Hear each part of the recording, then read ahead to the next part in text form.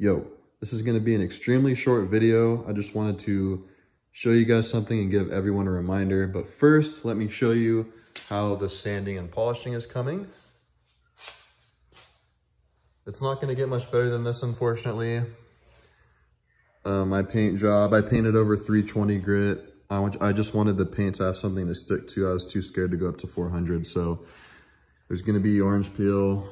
It's not gonna be a show car finish, but this is spray paint, so I can't complain. It's my first time spraying this much surface area with spray paint. So this is what it looks like before. It's literally like, and it feels like a satin or matte paint job, and this is after. It's so smooth. Even though you can see all the orange peel, to the touch, it's very smooth.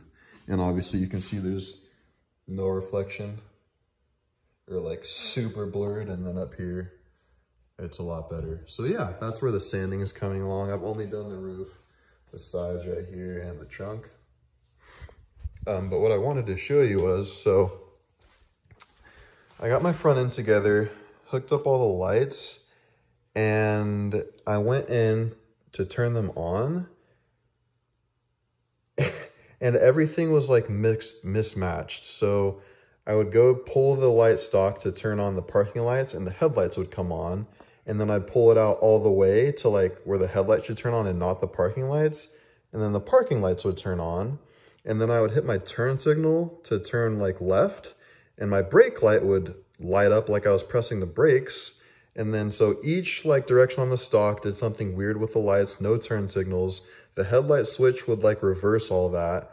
What ended up happening was this ground that I have hooked up to the water pump area, just because I was testing it, was the ground for all of that. So that one ground fucked up all the positionings on the stalks in there to what all the lights did. So just a reminder, if you're having weird electrical gremlins on any car, really, check your grounds first if it's something weird, because that could definitely be it. A mouse could have chewed through your ground.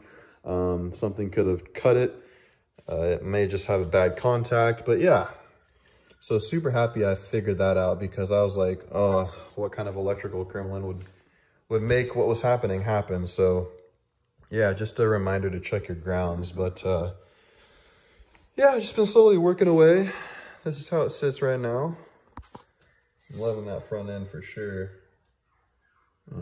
Oh, and I guess I can show you guys. So remember how I did the yellow paint or lens coating over the headlights? It doesn't have any effect because I did such a light coating on the light output. Now these are LEDs, so they're gonna be super white anyway, but oh, it actually looks more yellow on camera than it does in person. There's barely a yellow hue. Like it's more brighter white than most factory halogen cars are. Yeah, the video makes it look yellow, but to the eye, it's like pure white. The only yellow you can see, at least from the human eye, is right here and below where the light's not hitting. So yeah, just if you're thinking about using the yellow tint. But yeah, so glad I got that working, man. So yep, I'm gonna end the video here. Just wanted to give you guys that reminder. Actually, I lied. Quick parts haul. There's the contour fans, the SVE radiator, the Dakota Digital Bluetooth controller. All that's going in probably within the next few days. That's the mounting hardware for it. But yeah, now I will end the video. So I'll see you guys in the next one. I'm not sure what I'll be doing. Probably not gonna video me sanding and polishing, just because there's so many videos on YouTube of people doing that.